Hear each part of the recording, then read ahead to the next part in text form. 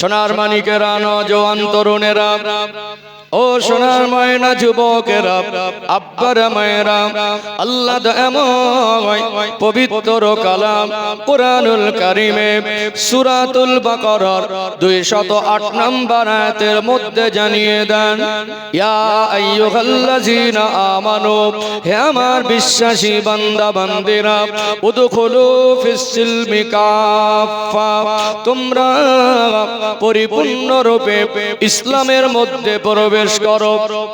পরিপূর্ণ রূপে ইসলামের মধ্যে প্রবেশ করার অর্থ হলো মন মর্জি চলা যাবে না, ইচ্ছা মতো চলা যাবে না, যা ইচ্ছা তাই করতে পারবো না।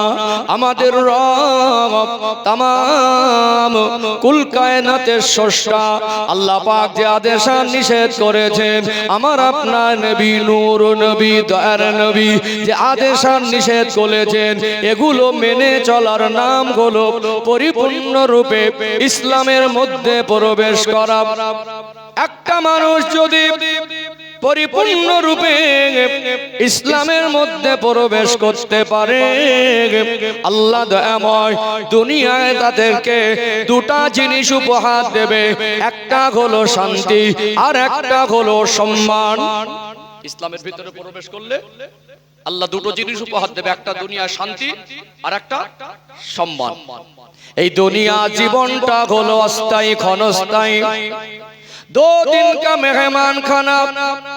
এই বাড়িটা সারা জীবনের চিরস্থায়ী বাড়ি নয়।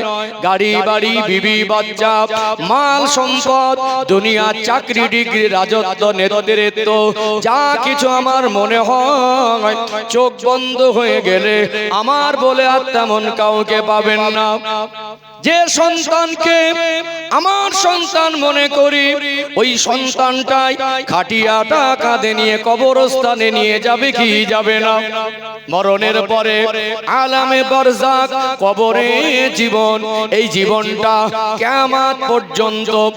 কুল্লু মান আলাইহা ফান ওয়া ইয়াবকা ওয়াজহু রাব্বিকা যুল জালালি ওয়াল ইকরাম।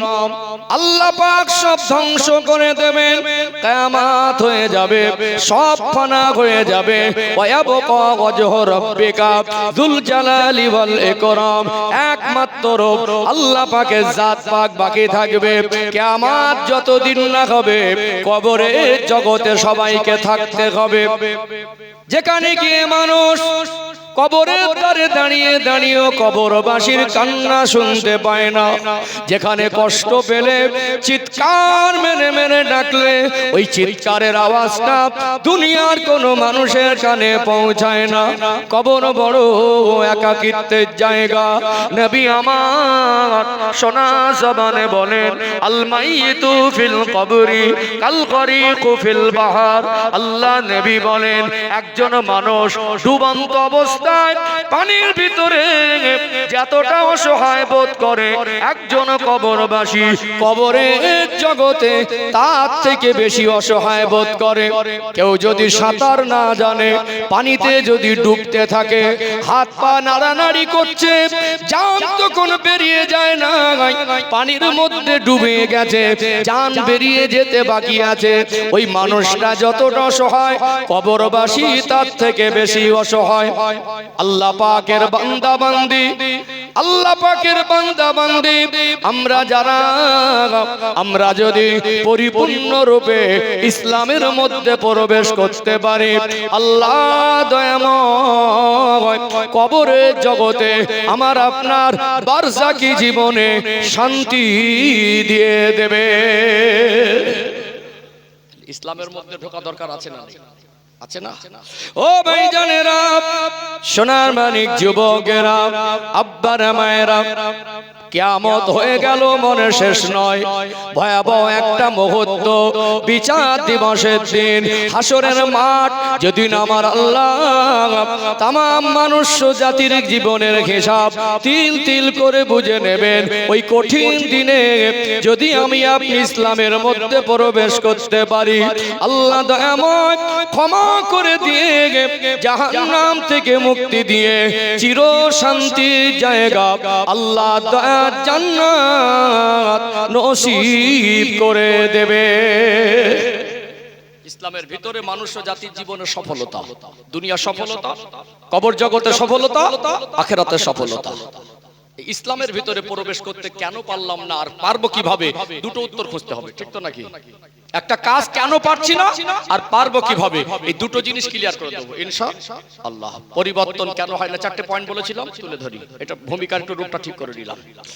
ও ভাইজানেরা, সোনার মানিক যুবকেরা, আব্বারা মায়েরা, এই মুসলিম সমাজের ভিতরে ইসলামের পথে প্রতিষ্ঠিত হওয়ার যে ঘাটতি কিভাবে পূরণ হবে আর কেন হয় না, এই আলোচনার চেষ্টা করছি।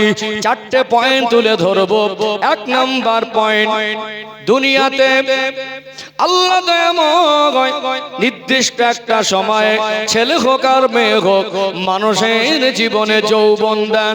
যৌবন জীবনের পবিত্রতা বজায় রাখার একমাত্র পথ হলো বিবাহ বন্ধনে আবদ্ধ হওয়া। ছেলে আর মেয়ে বৈধভাবে বিবাহ বন্ধনে আবদ্ধ হলো, দাম্পত্য জীবন শুরু হয়। কয়েকটা মাস না যেতে যেতে ছেলে আর মেয়ের মনের মধ্যে আশা আকাঙ্ক্ষা জাগে, আমাদের পরিবারে আল্লাহ যেন একটা সন্তান দেন। ওই পরিবারে যখন একটা সন্তান হয়, প্রথম সন্তান, পরিবারে খুশির জোয়ার বয়ে যায়।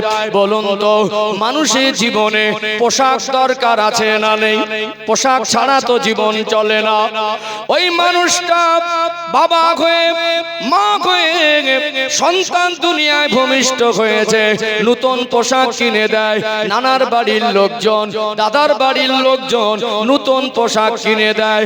দুনিয়াতে যে বাচ্চাটা ভূমিষ্ঠ হলো, এই বাচ্চাটা বাবা মা বোঝে আমার বাচ্চার পোশাক কিনে দিতে হবে। এই দায়িত্বটা বাবা মা নিয়েছে না নেয় নাই? বাচ্চাদের পোশাক কিনে দেয় কে?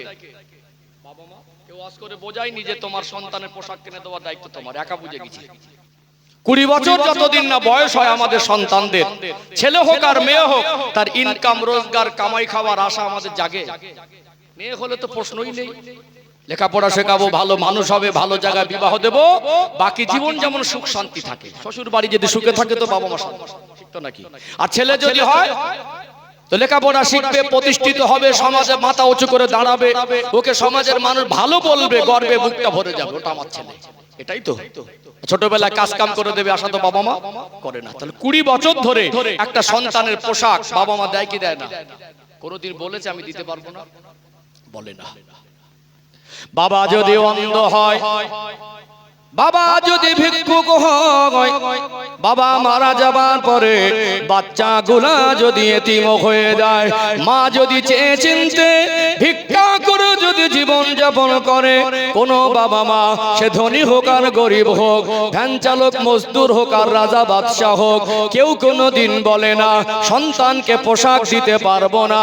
বরং হিসাব যদি করি দেখা যাবে প্রত্যেক বছরে যদি 4টে পোশাক লাগে, কিনে দিয়েছি 8টা। 20 বছরে যা পোশাক প্রয়োজন ছিল তার থেকে বেশি দিয়েছি না কম দিয়েছি? আজকে বর্তমান বাজারের যা দাম জিনিসপত্রের, দ্রব্য মূল্য, আজকে বাজারে জিনিসপত্রের যা দাম, একটু যদি ভেবে দেখি, বলুন তো একটা সন্তান, সে ছেলে হোক আর মেয়ে হোক, 20 বছরে তার পিছনে কমের উপরে 50,000 টাকার পোশাক গেছে না যায় নাই? 50,000 টাকার পোশাক জানি, কম হিসাব দিচ্ছি, বেশি দিলাম না, কমের উপরে 50, বেশি ধরলে তো 1 লাখ টপকে যাবে। কোনদিন আমরা বলিনি দিতে পারবো না, দায়িত্বটা সবাই খুব ভালো করে পালন করেছি। 1 নাম্বার। 2 নাম্বার পয়েন্ট, ও ভাইজানেরা, সোনার মানিক যুবকেরা, আব্বারা মায়েরা, মানুষের জীবনে যেমন পোশাক দরকার হয়, মানুষের জীবনে তেমনি খাবার দরকার হয়। পোশাক ছাড়া যেমন জীবন চলে না, খাওয়া ছাড়া তো আমরা বাঁচবো না। বলুন তো রিজিকের মালিক কে? আরো জোরে বলেন কে? আল্লাহ রিজিকের মালিক। কোরআনুল কারীমে আল্লাহ দয়াময় স্পষ্ট করে জানিয়ে দেন, ওমা মিন দাব্বাতিন ফিল আরদি ইল্লা আলাল্লাহি রিজকুহা। আমি আল্লাহ দুনিয়ায় যাদেরকে প্রেরণ করেছি, রিজিকের জিম্মাদারি আমি আল্লাহ নিজে গ্রহণ করেছি। জোরে বলুন সুবহানাল্লাহ। আচ্ছা একটু ব্যাখ্যা দে, 2-5 মিনিট ব্যাখ্যা দিলে পরিষ্কার হয়ে যাবে।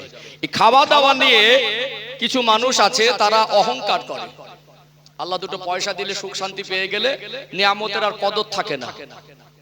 হঠাৎ করে টাকা পয়সার মালিক, পদ পেয়ে গেলে, ক্ষমতা পেয়ে গেলে, বড় হয়ে গেলে না কথা সুদঠাস পাল্টে যায়। এই তোর বাপের খাইনি আমার বাপের খাই, আমার ইনকাম আমি খাই, আমার টাকা আমি খাই, আমার কামাই আমি খাই। আল্লাহর কাছে কৃতজ্ঞতা স্বীকার করে না। কিন্তু যারা মুমিন, যারা দিনের পথে প্রতিষ্ঠিত, এক বেলা যদি না খেয়েও থাকে, পরের বেলা যদি আধা পেটা খাওয়া হয়, আলহামদুলিল্লাহ আল্লাহ খাইয়েছেন, ভালো খেয়েছি, এই কথাটা বলে না? রিজিকের মালিক আল্লাহ, পৃথিবীর কারোরই অস্বীকার করার ক্ষমতা নেই। পৃথিবীতে আমরা রিজিক হিসেবে কি খাই? আমাদের খাদ্য হিসেবে একটা পানি, আর একটা হলো জমিনের ফসল, এটাই তো পানি আর ফসল। আমরা বলে দেই জলের অপর নাম জীবন, কিন্তু জলটা কার অবদান ওটা আর বলে না।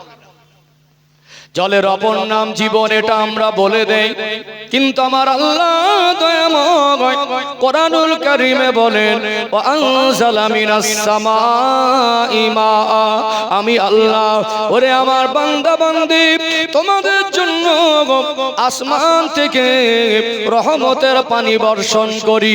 আমার আল্লাহ যদি 20-50 বছর 100 বছর গোটা পৃথিবীতে পানি বর্ষণ বন্ধ করে দেন, দুনিয়ার যত মস্তান, দুনিয়ার যত বৈজ্ঞানিক, দুনিয়ার যত রাষ্ট্রপতি, প্রধানমন্ত্রী, গোটা বিশ্বের দাদারা এক জায়গায় হয়ে গোটা পৃথিবীর মানুষের যে পানি লাগে একদিনের প্রয়োজন কি মেটাতে পারবে?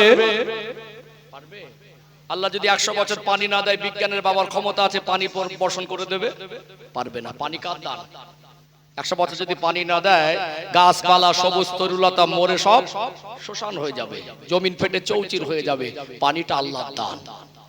আল্লাহ পাক যে রিজিকের মালিক, অস্বীকার করার ক্ষমতা পৃথিবীর কারণে আমরা একটা ধান ফেলে দেই, ওই ধান থেকে আল্লাহ দয়ার করুণা দিয়ে বীজ পাতা বার করে, ওটাকে আল্লাহ বড় করে, ওই একটা ধানের গোড়া থেকে আল্লাহ একটা ধান গাছ দান করে ফেলেছিলাম একটা ধান, 20টা ধানের শীষ দান করেন তিনি কে? আল্লাহ পাক যদি চায় ওই ধান থেকে 20 পাতা হয়ে 20টা ধানের শীষ হবে। আর আল্লাহ পাক যদি না চান, ওই ধানটা যদি মাটির তলায় পচে যায়, দুনিয়ার বিজ্ঞানের বাবা 14 পুরুষের কি ক্ষমতা আছে পচা ধান থেকে 20 পাতা বার করবে? দুনিয়াতে যা খাই আল্লাহ জমিনের ফসল, আমরা একটা গমের দানা ফেলে দেই, 20 পাতা দেন আল্লাহ, তাতে আল্লাহ একটা গমের শীষ দেন, একটা আলু কাটা অংশ, একটু কলা ছিল জমিনে মাটির তলায় পুঁতে দিলে আল্লাহর দয়া, আল্লাহর করুণা, ওই 20 পাতা থেকে আল্লাহ পাক যেমন ধানের শীষ দেন, আলুর কলার বীজ থেকে একটা আলু গাছ বান্দা বান্দির রিজিক হিসেবে আমার আল্লাহ মাটির তলায় 2 কিলো আলু রিজিক হিসাবে দান করেন।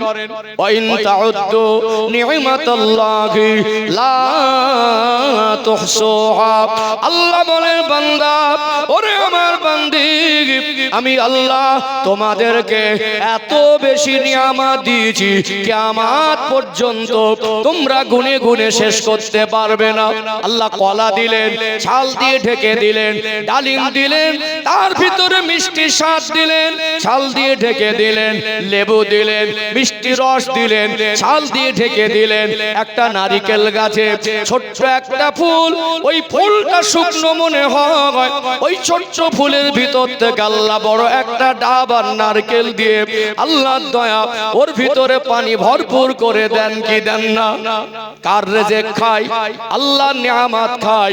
আমরা হলাম রিজিক অনুসন্ধানকারী, আমরা ইনকাম করি, টাকা পয়সা খেয়ে বাঁচতে পারবো না, যেটা বাজার দিয়ে কিনে আনি ওটা আল্লাহর নিয়ামত, অস্বীকার করার ক্ষমতা পৃথিবীর কারোরই নেই। রিজিকের মালিক কে? আল্লাহ। এই প্রসঙ্গটা এখানে বলছি কারণ আমি দ্বিতীয় পয়েন্টে যাব, তো একটা প্রশ্ন হবে, ওই জন্য বলে দিচ্ছি আয়াতটা। সম্মানিত ভাইরা, আর একটা পয়েন্ট ছোট্ট করে বলে দেই, রিজিকের মালিক আল্লাহ, একটু ব্যাখ্যাটা আরেকটু পরিষ্কার হয়ে যাবে ইনশাআল্লাহ। আলোচনা বুঝতে পারছেন? ধাপে ধাপে আগে বাড়ি, আলোচনার পরিষ্কার হবে ইনশাআল্লাহ। একটু ও ভাইজানেরা, সোনার মানিক যুবকেরা, আব্বার মায়েরা, যখন স্বামী স্ত্রীর ফিজিক্যাল সম্পর্কে লিপ্ত হয়, 2 ফোঁটা নাপাক পানিকে আল্লাহ দয়াময় মায়ের রেহেমের ভিতরে এক জায়গায় করে প্রথমে রক্তপিণ্ড, তারপরে মাংসপিণ্ড, প্রতি 40 দিন পর পর একটা মানুষের শারীরিক কমপ্লিট শারীরিক গঠনের একটা ধাপ প্রতি 40 দিন পর পর আল্লাহ পরিবর্তন করে কমপ্লিট করেন। মায়ের পেটে বাচ্চা 2.5 মাস বয়স, ওই বাচ্চাটা 3 মাস বয়স, তখন চোখ ফোটে না, হাত পায়ের শরীরের গঠন পরিপূর্ণ হয় না। মায়ের অনুভূতি হয় আমার পেটে সোনার মানিক বাচ্চা। আল্লাহ পাক ওই বাচ্চাটাকে মায়ের গর্ভ নামক একটা নিরাপদ জায়গা, ভিক্টোরিয়া জীবাণু মুক্ত জায়গা, যেখানে দুনিয়ার কোনো জীবাণু আক্রমণ করতে পারে না, আল্লাহ ধীরে ধীরে বড় করেন। তার জন্য উপযুক্ত খাবার যতটা পরিমাণ লাগবে সময় মতো আমার আল্লাহ মায়ের নারীর সঙ্গে কানেকশন করে মায়ের গর্ভে থাকা বাচ্চাকে সময় মতো আমার আল্লাহ তার জন্য যেমন রিজিক দরকার ছিল সেটা তার শরীরে পৌঁছে দিয়ে থাকে। জোরে বলুন সুবহানাল্লাহ। এখন বলে আমি খাই, কি বলে? আমি খাই, আমার টাকা, আমার রোজগার। যেদিন মায়ের গর্ভে ছিল কে খাইয়েছিল সেদিন? আল্লাহ রিজিকের মালিক অস্বীকার করা যায় না। আমরা রিজিক অনুসন্ধানকারী, খাই যেটা ওটা আল্লাহর নিয়ামত, অস্বীকার করা যাবে না। এইজন্য মুমিন বলে আল্লাহ খাইয়েছে আলহামদুলিল্লাহ, ভালো। আমি তো জমিন থেকে অনুসন্ধান করে এনেছি, আমি তো আমার হালাল উপার্জন থেকে ওটা খরিদ করে এনেছি, যেটা এনেছি ওটা আল্লাহর নিয়ামত, অস্বীকার করার ক্ষমতা নেই। আমরা রিজিক অনুসন্ধানকারী, রিজিকের মালিক আল্লাহ। সন্তান দুনিয়ায় ভূমিষ্ঠ হবার পর পর আমরা তাকে খাবার কষ্ট দেই, হাহুদান না, খাবার কষ্ট দেই। মায়ের অসুস্থতা, বাচ্চার দুধ হয় না, মায়ের জন্য মানে বাচ্চার জন্য মায়ের স্থানে দুধ হয় না, না খাইয়ে রাখি। এক একটা দুধ 100 গ্রাম দুধের দাম 300 টাকা। আছে না? আছে। বাবা জোগাড় করছে। কোনদিন কোন বাবা মা বলে না সন্তানকে খেতে দিতে পারবো না। আল্লাহ দয়াময় সন্তানের জন্য বাবা মাকে অনেক বড় নিয়ামত করেছেন। সন্তান যদি বলে আব্বা গোশত খাবো, কাছে পয়সা না থাকলে মন মানে না, ধার করে কারোর কাছ থেকে ঋণ করে হলো গোশতটা খাইয়ে তবে বাবার মন ঠান্ডা হয়। আব্বা ফল খাবো, আব্বা মাছ খাবো, আব্বা যতক্ষণ না খাওয়াতে পারে ততক্ষণ আব্বার মন স্থির হয় না। 20 বছর ধরে ছেলে হোক আর মেয়ে হোক আল্লাহ আপনাকে 3টে 4টে 5টা সন্তান দিলেন, আপনি বাবা কোনোদিন বলেননি, অন্ধ বাবাও বলে না, ভিক্ষুকও বলে না, গরিবও বলে না আমি তোকে খেতে দিতে পারবো না। এই 20 বছর ধরে সন্তানকে কষ্ট পরিশ্রম করে সময় মতো তাদের খাবারের ব্যবস্থা বাবা মা করেছে না করে নাই? করেছে না? আর ছেলেগুলো একটু বড় হয়ে চোখ ফুটেছে, আব্বাকে বলছে তুমি আমার জন্য কি করেছো? কি বলছে? তুমি আমার জন্য কি করেছো? অপদার্থ, নাফরমান সন্তান। কোনদিন হিসাব করিনি বাবাটা 20 বছর ধরে কত টাকা খাইয়েছে আর কত টাকা খেয়ে হজম করেছে। আপনারা হয়তো হিসাব করেন, এখানে ওয়াজটা বোঝানোর জন্য একটু ছোট্ট করে হিসাব করে দেই, তাহলে আরেকটু ক্লিয়ার বোঝা যাবে ইনশাআল্লাহ। 50 টাকা 3 বেলা খাওয়া হবে একটা মানুষের। একটা ক্যাডবেরির দাম 50 টাকা। যদি 50 টাকা হিসাব করেন তো মাসে 1500, 12 মাসে 18,000 হবেই না। 25,000 করে দিলেও হবে না। গোশ মাছ বাদ দিয়ে বেঁচে থাকার মতো খাবার খেলে 25,000 টাকা যাবে। কত বছরে? 25,000। 20 বছরে 5 লাখ। কলাক 20 বছরে 5 লক্ষ টাকা। এটা নিম্ন হিসাব দিলাম। একটা বাচ্চার পিছনে আজকে যা কোয়ালিটির খাবার আমরা খাই, নিম্ন 5 লাখ ঊর্ধ্ব 10 লাখ একটা বাচ্চার পিছনে প্রত্যেকটা বাবা আর মা 20 বছর ধরে 5 থেকে 10 লক্ষ টাকা খাইয়ে দিয়েছে, খেয়ে হজম করে দিয়েছে। আর চোখ ফুটে গেছে বলে আমার জন্য কি করেছো? কিছু নির্লজ্জ সন্তান আছে কিরকম জানেন? 3টে 4টে সন্তানকে বাবা মানুষ করলো, বোঝা মনে হলো না। আজ বাবা মা বার্ধক্য জীবনে চলে গেছে, আর শরীর আর চলে না, খাটার মতো ক্ষমতা নেই, ইনকাম করতে পারে না। এই 4টে ছেলের কাছে একটা বৃদ্ধা মা বুড়ো হয়ে মানে বোঝা হয়ে গেল। 4টে সন্তানের কাছে বাবাটা বোঝা হয়ে গেল। বুড়ো মানুষটা এক মুঠো ভাত খায়, ওই বুড়ি মানুষটা এক মুঠো ভাত খায়, ওটাই তোমাদের কাছে বোঝা হয়ে গেল। তিনটে ছেলে মানুষ করতে গিয়ে, দুটো ছেলে একটা মেয়ে মানুষ করতে গিয়ে আব্বার কাছে বোঝা মনে হয়নি, তিনজন মিলে একজনকে বোঝা মনে করছে। পৃথিবীতে কোনো মার্কেটে যদি লজ্জা শরম কিনতে পাওয়া যেত, আমার মাঝে মাঝে মনে হয় কিনে এনে এদেরকে দিতাম। কিছু সন্তান আছে, আছে না, ঠেলাঠেলি করছে, ও ভাই দেয় না আমি দেবো কেন, আরেক যাকে বলছে ওই যা দেখেন আমি দেখবো কেন। বুড়ো বুড়িটা বোঝা হয়ে গেল, বুড়ো বুড়িটা বোঝা হয়ে গেল। তোমার বাবার মা মানুষের কাছে জোগাড়ে কাজ করে, রাজমিস্ত্রির কাজ করে, কৃষি কাজ করে, মাটি কাটা কাজ করে, মুটেগিরি কাজ করে, ভ্যান চালিয়ে, টোটো চালিয়ে, গাড়ি চালিয়ে, কত দূর দূরান্তে গিয়ে দিন রাত পরিশ্রম করে তোমাদের মুখে দুমুঠো হাত তুলে দেওয়ার জন্য এত পরিশ্রম করেছে। হাজার ফোঁটা ঘাম রক্ত পানি হয়ে গেছে। ওই বাবাটা যে সময় শুনেছিল আর সন্তান বাচ্চা এই খাবারটা দাবি করেছে, যতক্ষণ না সন্তানকে কিনে এনে খাইয়েছে ততক্ষণ মন ঠান্ডা হয়নি। ঠিক বলছি না ভুল বলছি? কত কষ্ট করে বাড়িতে আসলে, বাড়িতে এসে গেঞ্জিটা নিংড়ালে মনে হয় টপ টপ করে ঘাম বের হবে। ক্লান্ত ক্ষুধার্ত অবস্থায় বাচ্চাকে আদর করে ডেকে বলতো, কচির মুখটা দেখে জানটা ঠান্ডা হতো। আর তিনটে সন্তান মিলে বাবা আর মা বোঝা হয়ে গেল। বরকত খুঁজছেন তাবিজ খানায় গিয়ে, বাবা মার হক নষ্ট করে বরকত খুঁজছেন। আজকে ছেলেগুলো এইরকম একটা অবস্থা, মনে করছে বুড়ো আর বুড়ি মরে গেলে তবে শান্তি। কি একটা কঠিন সময়। ছেলেগুলো অসহায় হয়ে পড়েছে, বৌমাগুলো সেই রকম ডেঞ্জার, বিষাক্ত সাপের থেকে ভয়ঙ্কর। ছেলে তার বাবাকে 200 টাকা দেবে, বৌমার গাজালা করে। আছে না নেই? একটু হ্যাঁ দেন না। যাকে 20 বছর ধরে এত কষ্ট করে লালন পালন করে 5 থেকে 7 লক্ষ টাকার নিজের রক্ত পানি করা পয়সা খাইয়ে বড় করলেন, আল্লাহ রিজিকের মালিক, কথাটা কিন্তু বলে নিয়েছি। আপনি চেষ্টা করে কাকে বড় করলেন, কোনোদিন কষ্ট দেননি। আজকে ঘরে বৌমা এসে মনে করছে তার স্বামীকে কিনে নিয়েছে, 200 টাকা তার বাবাকে দেবে। বৌমাটা এত ডেঞ্জার, মনে হবে ম্যাজিক জানে। মুখটা ছিল 2 কিলো 4 কিলো হয়ে গেল, ঝাড়া মারে, ঝাড়ি দেয়, সব বাপ মাকে দিয়ে দেবে, তোমার কি থাকবে। এমন ভাব দেখাবে যেন বাপের বাড়ি থেকে এনে দিচ্ছে। শ্বশুর বাড়িতে লোক আসলে 2000 টাকার বাজার করলে তখন তো বৌমার বুক ফাটে না। শালি আর ভাইরা ভাই আসলে 1500 টাকার বাজার করলে তখন তো বৌমার বুক ফাটে না। শ্বশুর বাড়ি গেলে যত্ন করে খাওয়ালে 2000 কেন, 20000 খাবার না, আমার আপত্তি নেই, বাপ মার হক নষ্ট করে কেন? ওই 200 টাকার বেলা বেঁধে যায়। অনেক ছেলে আছে বার মেরে ঘরে আব্বা সামনে গেলে টাকা চাবে, তাই আছে না নেই? অনেক ছেলে আছে দিতে মন চায়, বৌমা বিষাক্ত সাপের থেকে ভয়ঙ্কর, ওই ঝাড়া মারবে বলে ওই মানে ছেলেটা দেখছে দেবো তো 200 টাকা, আব্বা চেয়েছে, মা চেয়েছে 200 টাকা। এখন যদি স্ত্রীকে লুকিয়ে দিই মনে করবে হয়তো 2000 দিয়েছে, ঝাড়াটা জোরে মারবে, ঝাঁকিটা জোরে দেবে, ওর থেকে বউ স্ত্রী হাত করে দেই একটু ঠান্ডা থাকবে। বেচারা একটু অসহায় হয়ে পড়েছে স্ত্রীর ভয়ে। রাতের বেলা বলছে, এই দেখো আব্বা 200 টাকা চাচ্ছিল, এই 200 টাকাটা তুমি আব্বাকে দিও। নিজে দিতে পারছে না, ঝাড়া মারাটা বেশি হবে বলে আব্বাকে দিও। তো 200 টাকা হাতে ধরে নিয়ে ভদ্রলোকের মেয়েটা এত ভালো মনের মানুষ, মনে মনে করছে এই বুড়োটা না মরা পর্যন্ত সংসারে শান্তি নেই, সব সময় টাকা টাকা টাকা টাকা করে। বাপের বাড়িতে দিচ্ছ নাকি? কোথায় পেলে স্বামীটা? তোমার স্বামী, তোমার যদি অধিকার থাকে যে 10টা মাস গর্ভে ধারণ করেছে, নিজে হাতে পেশাব পায়খানা পরিষ্কার করেছে, যে মা দুনিয়ায় বাচ্চা অসুস্থ থাকলে, দুনিয়ার মানুষ ঘুমিয়ে গেলে মায়ের চোখে ঘুম থাকতো না, রাত 2টার সময় চোখের পানি ফেলে ফেলে সোনার মালিক বাচ্চার মুখে আর মাথায় হাত বলে আল্লাহর কাছে কাঁদতো আর বলতো, আল্লাহ আমার বাচ্চাকে সুস্থ করে দিয়ে 2টো রোজা রাখবো। সেই মার গায়ে চামড়া ছিলে দিলে, মায়ের জুতা বানিয়ে দিলে ঋণ শোধ হবে না। যে বাবা তার জীবনের রক্ত পানি করে নিজে না খেয়ে সন্তানের খাইয়েছে, ঈদের দিনে নিজে ভালো মন্দ না পরে পুরনো পোশাক পরিয়ে নামাজ পড়লো, সন্তানকে নতুন পোশাক পরিয়েছে, সেই বাবাকে আজকে বোঝা মনে করছো? আফসোস, আজকে আমাদের সুশিক্ষার অভাব। কিসের অভাব? সুশিক্ষার অভাব। আলোচনায় কষ্ট পাচ্ছেন নাকি? কষ্ট পাচ্ছেন? সম্মানিত ভাইরা, আমি আমার ঘরের মায়েদের, মেয়েদের, বউ মায়েদের দৃষ্টি আকর্ষণ করে বলি, শ্বশুর শাশুড়িকে বোঝা মনে করেন না। আপনার যদি স্বামীর উপর হক থাকে, তার থেকে বেশি হক তার বাবা মার আছে। আছে না নেই? আপনি যে ভালোবাসেন তার থেকে বেশি ভালোবাসে তার বাবা আর মা।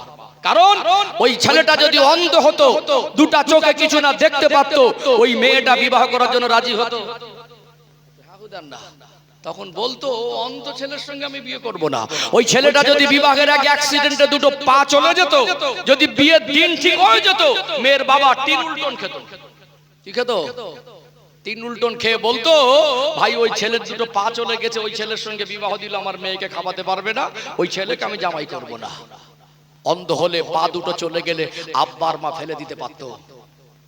হ্যাঁ দেন না, আব্বার মা ফেলে দিতে পারতো? পারতো না। মেয়ের জেদ পূরণ করো, মেয়ের দাবি পূরণ করো, তাই শ্বশুর শাশুড়ির কাছে সোনার জামাই। বুঝতে পারছেন না? মেয়ে যদি বাপের বাড়ি তিল হয়, শ্বশুর বাড়ি বাপের বাড়ি তাল করে, তোমার নামে একটু বদনাম করুক না, তোমার ওই দেশি মুরগির গোস্ত খাওয়া মাথায় উঠে যাবে। ওখান থেকে থেট আসবে জামাইকে সোজা করার জন্য। ঠিক বলছি না ভুল বলছি? আব্বা মা আলাদা নিয়ামত। আমি যেটা বোঝাতে চাইছি, আমরা সন্তানদেরকে 20 বছর ধরে কি খাবার কষ্ট দিয়েছি? আমার আলোচনা এখানে ছিল, খাবার কষ্ট দিয়েছি? যা খেতে পারবে তার থেকে চেপে চেপে খা, খা একটু খা, বমি করে দিচ্ছে, আর একটু খা, ভালো করে খাওয়াচ্ছি, খাওয়াই না। একজন বাবার মা সন্তানের দুনিয়ায় আগমনের পরে পোশাক দিতে হয়, এটা কেউ আজ করে বোঝায়নি। 20 বছর ধরে 50,000 টাকার পোশাক দিলেন, কোনোদিন আপনি বলেননি পারবো না। আপনি বাবার মা, আল্লাহ আপনাকে সন্তান দিলেন, 20 বছর ধরে তাদের খাবার কষ্ট দিলেন না, সংসারে অভাব ছিল, ধার করে দেনা করে মানুষের কাছে ছোট হয়ে চেয়ে চিন্তা পেটের বাচ্চাদেরকে খাইয়েছেন, কোনোদিন বলেননি খেতে দিতে পারবো না। এটা কেউ আপনাকে ওয়াজ করে বোঝায়নি। বলুন তো, বাবা মা সন্তানকে খাবার যেমন দায়িত্ব নিয়েছে, 3 নাম্বার পয়েন্ট তুলে ধরে, ও ভাইরা বাবাজিরা, যেমন মানুষের জীবনে পোশাক দরকার হয়, মানুষের জীবনে খাবার যেমন দরকার হয়, মানুষের জীবনে ঠিক তেমনি আল্লাহ কখন কাকে কোন রোগ দেবেন এটা আমাদের কারো জানা নাই। বাচ্চা যদি অসুস্থ হয়ে যায়, বাবা মা বলে না আমি আমার সন্তানকে চিকিৎসা করাতে পারবো না। বলে চিকিৎসা করাতে পারবো না? 20 বছর ধরে টাকা জমিয়েছিল, ওই 20 বছরের মেহনতের টাকাটা হাসি মনে খরচা করে চিকিৎসা করতে গিয়ে। একটা জমি ছিল, ওই জমিটা প্রয়োজনে বিক্রি করে সন্তান অপারেশনে খরচা করে। কাছে টাকা নেই, ধার করে, ধার চেয়ে পায় না, দাঁড়ে দাঁড়িয়ে গিয়ে ভিক্ষা করে। করে কি করে না? ভিক্ষা করে। কোনোদিন বলিনি যে ছেলেটা মরে যাক, মেয়েটা মরে যাক, ডাক্তার দেখাতে পারবো না, চিকিৎসায় কমি রেখেছি? রাখিনি। 4 নাম্বার পয়েন্ট, ও ভাইজানেরা, সোনার মানিক যুবকেরা, আব্বারা মায়েরা, পৃথিবীতে আমরা মানুষ, বর্তমান সময় দেখা যায় প্রত্যেকটা বাবা মা সচেতন। তারা মনে করে আল্লাহ আমাকে ছেলে দিক আর মেয়ে দিক, এই ছেলেটাকে এই মেয়েটাকে নিরক্ষর করে রাখা যাবে না। অনেক বৃদ্ধ মানুষ আছেন, অভাবের দিনে লেখাপড়া শেখা নসিব হয় নাই, এখন টিপসই করতে হয়। আজকে সন্তানগুলোকে মানুষ করার জন্য সেই বাবা মা কত চেষ্টা করে। 3 বছর বয়স হয়ে গেল, আদর্শ লিপি বর্ণ পরিচয়ে বই কিনে দেওয়া হলো, আতা গাছে তোতা পাখি মুখস্থ করানো হলো, হাট্টিমাটিম কবিতাটা মুখস্থ হয়ে গেল, ইংরাজি শেখানো হলো, অঙ্ক শেখানো হলো, নামতাটা মুখস্থ হয়ে গেল। ছেলেটা মেয়েটাকে আজকে সরকারি স্কুলে পড়াশোনার মান ভালো না বলে গোটা আশপাশ এলাকায়, শহরে নগরে অলি গলিতে বেসরকারি প্রাইভেট স্কুল, ওখানে ভর্তি করলে মাসে মাসে পয়সা দিতে হয় কি হয় না? গাড়ি ভাড়া দিতে হয়, টিউশনির জন্য আলাদা, অঙ্কে কাঁচা আলাদা মাস্টার, ইংরাজিতে কাঁচা আলাদা মাস্টার। ওই ছেলেটাকে মাধ্যমিক পাস করালেন, এমএ পাস করালেন, বিএ পাস করালেন, চাকরির যোগ্য করলেন, সারা বছরে বই খাতা দিলেন, সারা বছরে লেবাস পোশাক ব্যাগ দিলেন, সারা বছরে হাত খরচা দিলেন, স্কুল প্রাইভেটের পয়সা দিলেন। কোনো বাবা মা বলে না আমি আমার সন্তানকে লেখাপড়া শেখাবো না। বলে কি? বরং বলে তুই মানুষ হ, যত পড়বি আমি কষ্ট করে তোকে পড়াবো, পড়তে পড়তে ছেড়ে দিলে কষ্টে কাঁদে, এরকম করিস নি বাবা। আমরা কোনোদিন বলেছি যে পড়াশোনা করাতে পারবো না? এই 4টে দায়িত্ব পালন করতে গিয়ে কষ্ট হয়নি? এমনি হয়েছে, দায়িত্ব নিতে হয়নি, তার জন্য চেষ্টা করতে হয়নি। এই 4টে যদি পারি, এটা শিক্ষারও দরকার আছে। শিক্ষা জাতির মেরুদণ্ড। অবশ্যই আমার একটা ভাই ডক্টর হোক, মাস্টার হোক, ব্যারিস্টার হোক, ইঞ্জিনিয়ার হোক, কোটিপতি হোক, শিল্পপতি হোক, এটা আমি চাই, দরকার আছে। শিক্ষা জাতির মেরুদণ্ড, এটা বোঝাতে চাইছি। এগুলো যদি পারি, এইগুলোই কি জীবনের দায়িত্ব শেষ? আরো দায়িত্ব আছে। জাহান্নাম থেকে বাঁচানোর জন্য দিনের শিক্ষাটাও দিনের শিক্ষাটাও প্রয়োজন।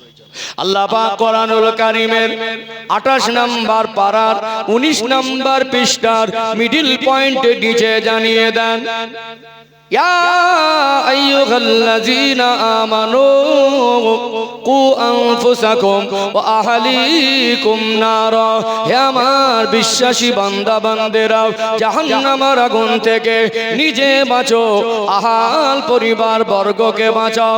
নিজে নামাজ পড়ি, রোজা রাখি, হজ করে, দান খায়রাত করে, নিজে যত বেশি আমল করেন না কেন, সন্তানের হক যদি আদায় না করেন, আপনার তাহাজ্জুদ চোখের পানি, 70 বার হজের নেকি, 70টা মসজিদ তৈরি করে দেবার আমল আপনাকে জান্নাতে পৌঁছে দিতে পারবে না। সন্তানকে তার হক যদি আদায় না করেন, আমার মনে হয় প্রত্যেকটা বাবা মা যদি মনে করে আমার সন্তানকে ছোট থেকে নামাজি বানাবো, পর্দানশীনা বানাবো, নবীর আদর্শে, নবীর সুন্নাত তরিকায় তার ভিতরে দিনের শিক্ষা দেব, আমরা বাবা মা যদি মনে করে আমাদের সন্তানগুলোকে দিনের শিক্ষা দেওয়া সম্ভব না অসম্ভব? সম্ভব না অসম্ভব? সম্ভব। আমরা এই 4টে দায়িত্ব পালন করেছি, কমি রাখি না, একটা দায়িত্ব পালন করার নাম লইনি। দায়িত্ব শুধু 4টে না, সাথে সাথে আর একটা। এখানে বসে প্রতিজ্ঞাবদ্ধ হন, সবে মেরাজের রাত আমরা সন্তানের যারা বাবা মা, আমাদের দায়িত্ব শুধু পোশাক, খাবার, চিকিৎসা আর বাংলা জেনারেল লেখাপড়া শোনানো না, এর সাথে সাথে এই 4টে তো আছেই আছে, এর সাথে সাথে দ্বীনের শিক্ষা দেবো ইনশাআল্লাহ। হাট্টি মাটিম যদি হয়তো সূরা ফাতিহা কেন হবে না? 40টা গালাগালি যদি মুখস্থ হয় তো দোয়া কুনুতটা কেন মুখস্থ হবে না? ঠিক বলছি না ভুল বলছি? দোষ কার? এই 4টের জন্য যা খরচা করেছেন, যা মেহনত করেছেন, যা চেষ্টা করেছেন, যাকে জিন্দার বানানোর জন্য, নামাজি বানানোর জন্য, মোমেন বানানোর জন্য, এর থেকে 10 ভাগের 1 ভাগ টাকা যদি খরচা করতেন আর 10 ভাগের 1 ভাগ সময় যদি ব্যয় করতেন, চেষ্টা করতেন, প্রত্যেকটা বাচ্চা দিনদার হয়ে যেত। আমরা এই দায়িত্বটা আর কেউ পালন করিনি। আপনি দাদু সকালবেলা উঠে ফজরের নামাজটা পড়ে দোকানে গেলেন চা খেতে, ঠান্ডা ঠান্ডা ওয়েদার তো, সব জওয়ান যুবকরা এখন রাত জাগা, সকালে ঘুম, ছেলে বৌমা সব ডিজিটাল, রাত 11টা 12টা পর্যন্ত মোবাইলে, আর বেলা 8টায় ঘুম ভাঙে। ঠিক বলছি না ভুল বলছি? সকালবেলা উঠে পকেটে হাত দিয়ে দেখলেন যে 10টা টাকা আছে, 1 কাপ চা দিয়ে দোকানদারকে বলে চাটা দিল, মনে মনে করলো সকালবেলা খালি পেটে একটা বিস্কুট হলে ভালো হতো। পকেটে হাত দিয়ে 10 টাকা তো খেয়ে নেবো, পোতাটার কথা মনে পড়ে গেছে। বাড়িতে নাতি পোতা থাকে না, না বিস্কুট দেবো, না বিস্কুট লাগবে না, ওটা শুধু চা খেয়ে একটা লজেন্স, একটা চিপসের প্যাকেট, একটা ক্যাডবেরি, একটা ছোট খাবার পোতাটার জন্য আনে না। সকালবেলা উঠে দাদু দাদু করে জড়িয়ে ধরলে একটা ভালো লাগে। আপনি দাদু যদি চাইতেন ওই বাচ্চাটাকে 10 মিনিট কোলে বসে বলতেন, দাদু ভাই আমি 10 বার পড়ছি সূরা ফাতিহা, আমার সঙ্গে তুমি পড়ো তো, আমি একবার পড়ছি দোয়া কুনুতটা, আমার সঙ্গে তুমি পড়ো তো। খাবারটা দিতেন, মেজাজ হয়ে যায় দাদু ভাইয়ের সঙ্গে সূরা ফাতিহা মুখস্থ করলে দাদু ভাই আমাকে খাবার দেয়। আমরা বসে গল্প করছি, উঠতে ভালো লাগে না, দাদু ভাই ওই বালিশের তলায় বিড়ির বান্ডিলটা চেনে দাও না দাদু ভাই। কি হবে বড় হয়ে? ও বড় হয়ে কি হবে? আপনি দাদু, আপনি কতটুকু চেষ্টা করেছেন? আপনি যদি চান আপনার এই পোতাটাকে হাত ধরে মসজিদে নিয়ে যেতে পারেন। ঠিক বলছি না ভুল বলছি? এ যেতে পারেন না? আপনি যদি চান আপনার এই পোতাটাকে সকালবেলা ফ্রিতে ইমাম সাহেবরা পড়ায় 10টা মিনিট একজন ইমামের সোহবাতে বসাতে পারেন। পারেন না? ছেলেটা কর্ম করে খায়, আব্বাকে বলছে আব্বার খাটাখাটনি করতে হবে, নাতি বুঝলে এবার ঘুরে বেড়ায়। আপনি পারেন না 10টা মিনিট পোতাটাকে বসাতে, নাতিটাকে বসাতে? ও ডক্টর হবে, মাস্টার হবে, ইঞ্জিনিয়ার হবে, উকিল হবে, কোটিপতি হবে, ওকে জেনারেল শিক্ষায় শিক্ষিত করুন, হাফেজ, আলেম, মাওলানা, মুফতি নাই বা করলেন, তাকে নামাজের শিক্ষা থেকে, কোরআনের শিক্ষা থেকে, ইসলামের বেসিক শিক্ষা থেকে বঞ্চিত করা যাবে না। দাদু কি সেই চেষ্টা করেছে?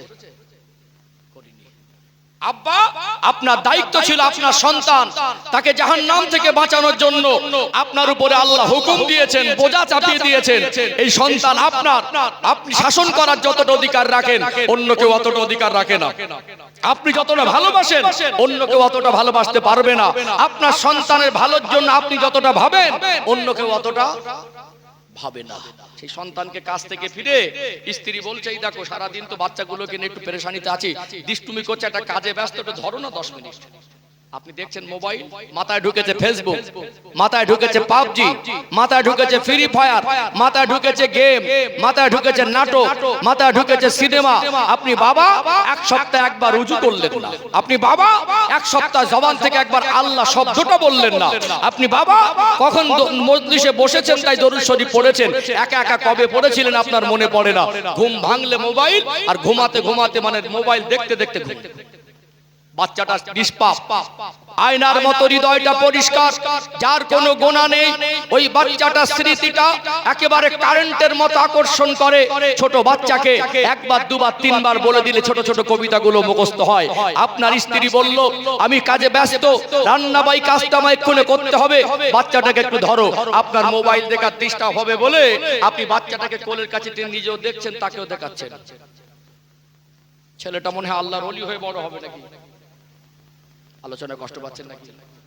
ছেলেটা মনে হয় আল্লাহর ওলি হয়ে বড় হবে। আপনি মা, আগের দিনে মাটির ঘরে কোরআন তেলাওয়াত হতো, আগের দিনে খড়ের চালের নিচে খেজুর পাতার নামাজের বসাল্লা বিছিয়ে নামাজ পড়া মানুষ পাওয়া যেত। আজ ঘরগুলো মাটির দেয়াল হয়ে গিয়ে পাকার দেয়াল। আজকে সেই মাটিতে বিছানা পেতে ঘুমাতে হয় না, উন্নত মানের সেগুন কাঠের খাট, AC, cooler, granite, marble, tiles চকচকে ঝকঝকে করে আপনি স্লাইডিং করে উন্নত পরিকাঠামো করে দামি দামি আসবাব দিয়ে ঘরকে সাজিয়েছেন জান্নাত খানার মতো। ঘরের ভিতরে রহমত নেই, ঘরের ভিতরে আছে অভিশাপ। আপনি মা কবে নামাজ পড়েছিল আপনার মনে নেই।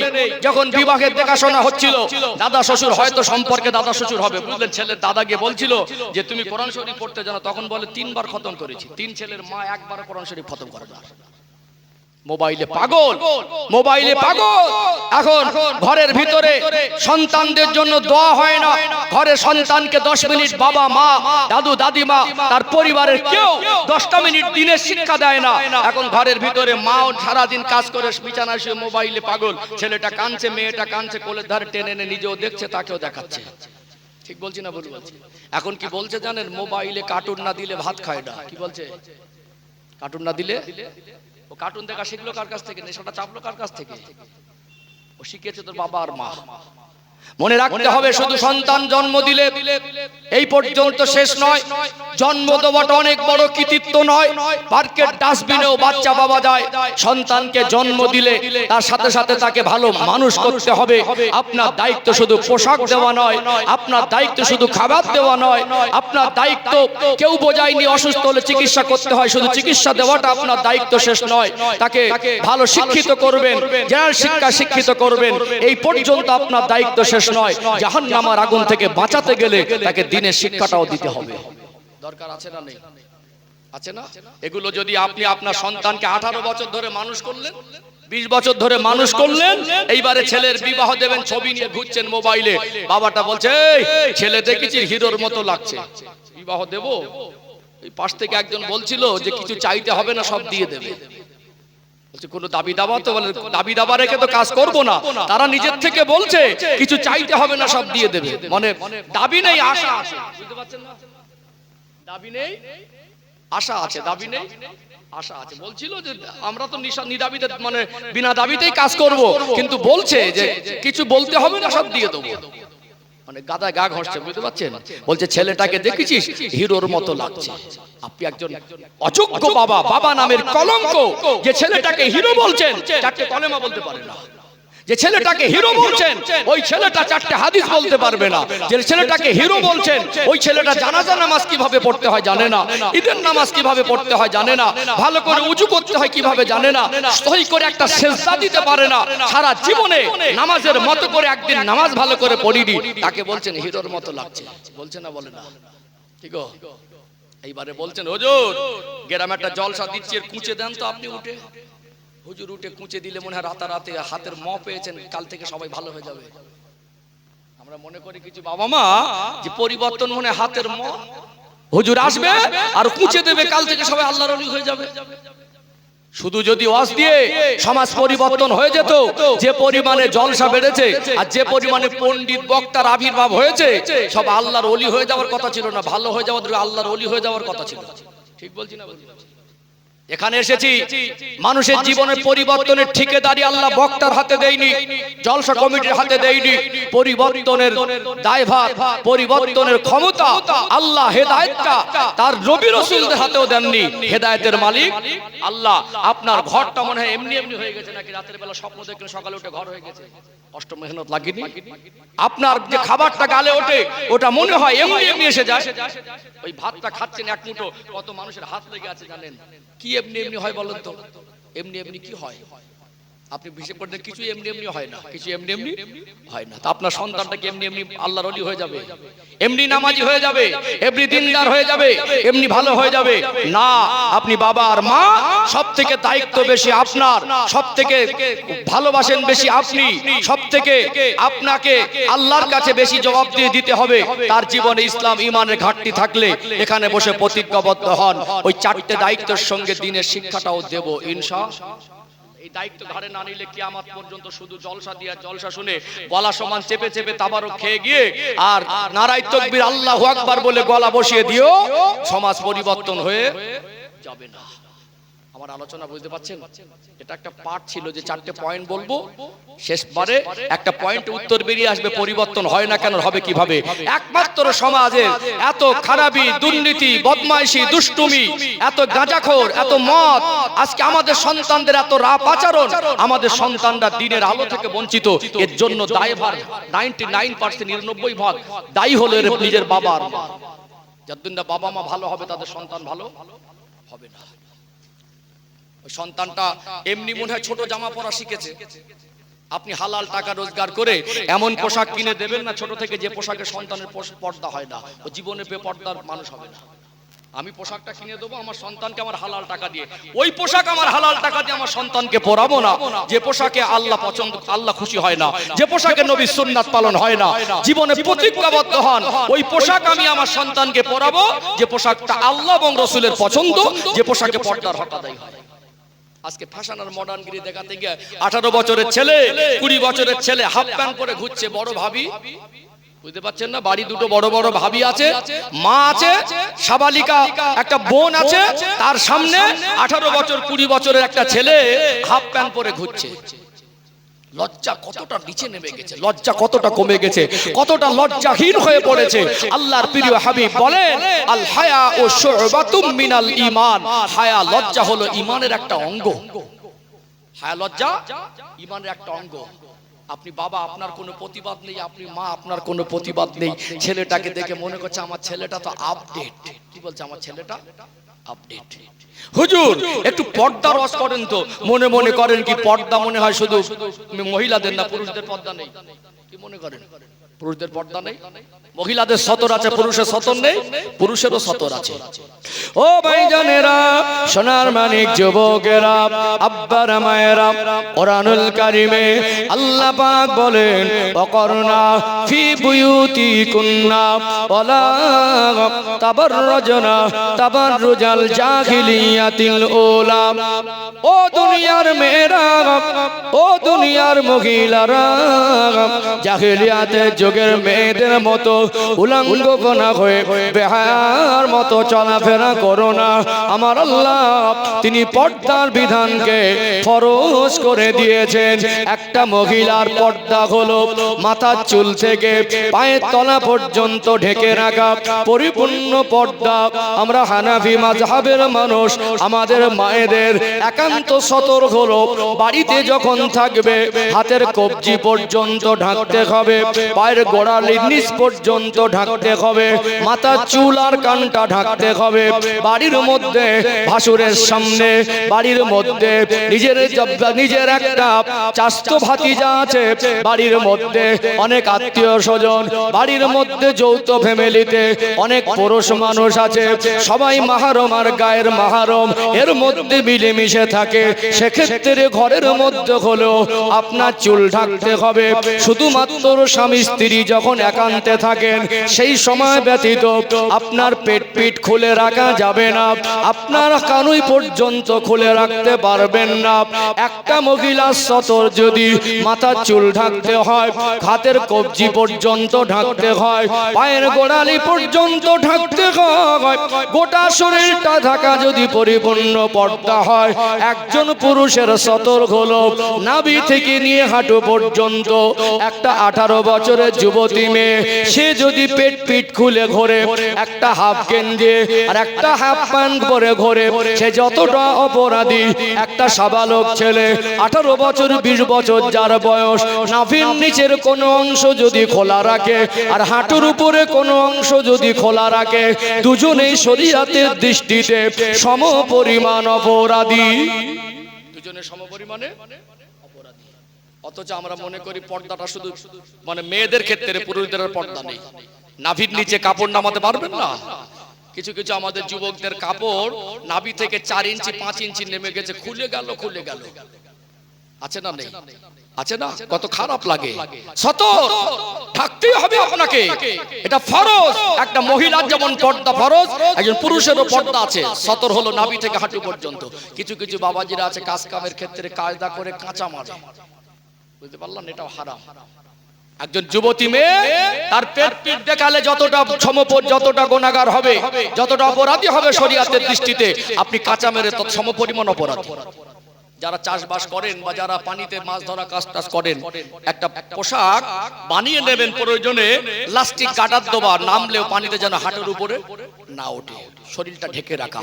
একান্ত কাজের ক্ষেত্রে পড়লেন, এটা সতর্কতা অবলম্বনের জন্য, ফরজ হুকুমকে গুরুত্ব দেওয়ার জন্য। তার উপরে লুঙ্গি পরে থাকলেন, তার উপরে লুঙ্গি পানিতে নেমে গেল, আপনার শরীরের কাপড়টা বেসতর হবে না। এই জন্য আমাদের সাবধানতা অবলম্বন করতে হবে। এগুলো আমাদের পারিবারিক শিক্ষার অভাব, বাবা মা দায়িত্বহীনতার ফল। ছেলেটা আজকে 18-20 বছর বয়স, ছেলেটা আজকে স্মার্ট হয়েছে, ভদ্র হয়েছে, দেখে আপডেট মনে হচ্ছে, খুব চালাক মনে হচ্ছে, দেখতে খুব সুন্দর লাগছে। বিয়ের সময় গল্প দিচ্ছেন আমার ছেলের মতো ছেলে হয় না, অথচ ছেলেটা জীবনে শুদ্ধ করে নামাজটুকু তাকে শেখালেন না। এটা কার ভুল? বক্তারা জলসা কমিটির নাকি?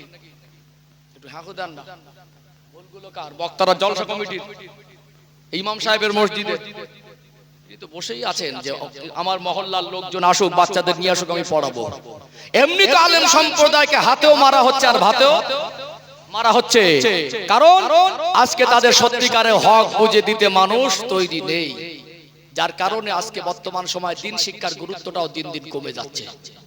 ভেবে দেখেছেন যারা ডক্টর, যারা এমবিবিএস ডক্টর, হাই স্কুলের মাস্টার, যারা কোটিপতি, বড় বড় নামকরা নেতা মন্ত্রী, এদের ঘরে সন্তানরা হাফেজ আলেম হচ্ছে? একটু হাঁকু দেন না। আপনার গ্রামে যারা হাই স্কুলের মাস্টার, এমবিবিএস ডক্টর আছে, ধনী আছে, বড় বড় নেতা মন্ত্রী আছে, এদের ঘরে সন্তানরা হাফেজ আলেম হচ্ছে? কেন হয় না? কোনদিন তো প্রশ্ন খোঁজেননি, জিজ্ঞেস করবেন কেন হয় না। উত্তর বলে দেবো, উত্তরটা দেখেন মাথায় লাগে কিনা, বলে দিচ্ছি। যদি একজন হাই স্কুলের মাস্টারের ছেলে আর এমবিবিএস ডক্টরের মেয়ের সঙ্গে বিবাহের কথা হয়, দুই বন্ধু ছিল ছোটবেলায়, তো বললো আমার একটা মেয়ে আছে, ডক্টর সাহেব বললো আমার একটা ছেলে আছে, তো বিবাহ দিলে কেমন হয়? তো ডক্টর সাহেবের, ধরুন ডক্টর সাহেবের মেয়ে আর মাস্টার সাহেবের ছেলে, এখন ডক্টর সাহেব জিজ্ঞাসা করছে আমার মেয়ে তো এমএ পাস, আপনার ছেলেটা কি করে? বলে আমার ছেলেটা ইমামতি করে। ডক্টর সাহেব বিয়ে দেবে? আমার মেয়ের পকেট খরচা লাগে, আমি ডাক্তার, মাসে আমার 2 লাখ 2.5 লাখ টাকা ইনকাম, আমার মেয়ের যা পকেট খরচা লাগে ইমাম মাসে তাই বেতন পায় না, ও কি সংসার চালাবে? বিয়ে দেবে? দেবে না। প্রত্যেকটা মসজিদের ইমামের বেতন যদি 50,000 হতো আর মাদ্রাসার শিক্ষকের বেতন যদি 70,000 হতো, তখন এমবিবিএস ডক্টরের ছেলেটা আলেম হওয়ার জন্য আগে মাদ্রাসা লাইন দিত। ঠিক বলছি না ভুল বলছি?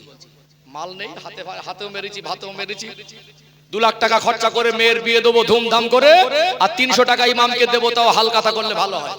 এই যা মনে ছিল না, 3 মাস হয়ে গেছে, বলে না বলে টাকাটা দেয় না, বেচারা বলে এত ধনী লোক আর বিয়ে দিচ্ছে, আবার মেয়েটাকে 2 লাখ 2.5 লাখ টাকার বাজেট, শ্বশুর বাড়ির জিনিসপত্র 5-6 লাখ টাকা দিচ্ছে, আর দেবে তো ইমাম সাহেবকে 300 বা 500, সেটা আবার হালকাতা চিঠি না দিলে মনে হয় মানে দিতে চায় না। এই তো সমাজের অবস্থা। পয়সা দেখলে অনেকের মানে বুক ফেটে যায়, আলেমদের পয়সা হবে কেন, আলেমরা পয়সা নেবে কেন? গ্রামের লোকের মাল মেরে, হক মেরে কোটিপতি হয়ে বড় বড় নেতারা বিল্ডিং বালাখানা বিঘে বিঘে জমি কেনে, সেখানে বুক ফাটে না, আর আলেমদের একটু হলে কিছু আলেমরা হিংসা করে। বুঝতে পারছেন না? বুঝতে পারছেন না? কোথায় যাবে? কঠিন পরিস্থিতি। আলোচনায় মনে কষ্ট পাচ্ছেন? এটা যেটা বলার, আমি আমার অজের লাইন ভুলে যাইনি। আল্লাহ আমার স্মৃতি ঠিক রেখেছে। পারিবারিক ভাবে প্রত্যেককে দায়িত্বশীল হতে হবে। আল্লাহ আমাদের সন্তান দিয়েছেন, আমরা 5খানা দায়িত্ব পালন করব ইনশাআল্লাহ। আমার মনে 4টের আগে এটা রাখা দরকার ছিল, 4টের আগে এটা রাখা দরকার ছিল। যদি পালন না করি কি হবে, একটা কথা বলে নেই। আমি আসবো ইনশাআল্লাহ মেরাজের ঘটনায় আসবো ইনশাআল্লাহ। 5 মিনিট, এটা 10-15 মিনিট বলে নেই, শেষে আমি একটু মেরাজের ঘটনা আসবো ইনশাআল্লাহ। তার আগে একটু তাকবীর দেন তো, নারে তাকবীর। খিদে লেগেছে না ঘুম লেগেছে? অনেক আবার ঠান্ডার ভয় করে। আমি বলি ঠান্ডার সময় ঠান্ডাই হবে। ঠান্ডার সময় যদি ঠান্ডা না হয়, গরমের সময় গরম না হয়, বর্ষার সময় বর্ষা না, সেটা আমাদের জন্য ভালো না। এখানে যারা বসে আছেন ঠান্ডা লাগছে, জলসায় বসা যায় তো, ঘরে গেলে মানে ঠান্ডা লাগবে না। ওই বাজারে যারা আছে তাদের ঠান্ডা লাগে না। হসপিটালের চাতওয়ালে যারা বসে আছে তাদের ঠান্ডা লাগে না।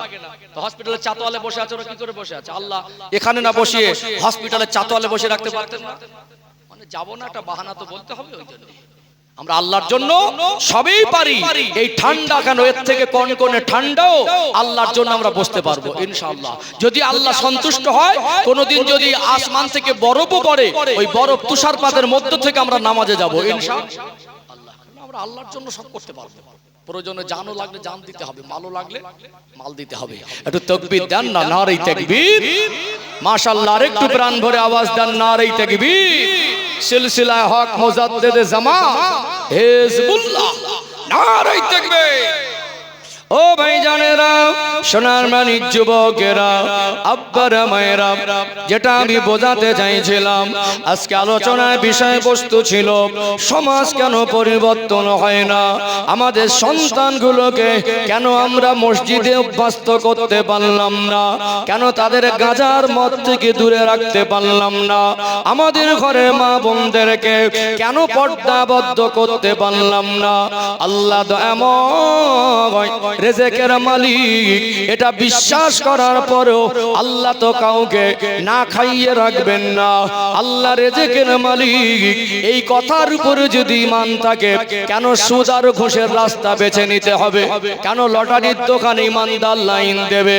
রেজেকের মালিক তো আল্লাহ। আল্লাহ কি কাউকে না খাইয়ে মেরে দিয়েছে? খুব গভীর ভাবে বুঝুন, যেটা আমার বলার ছিল।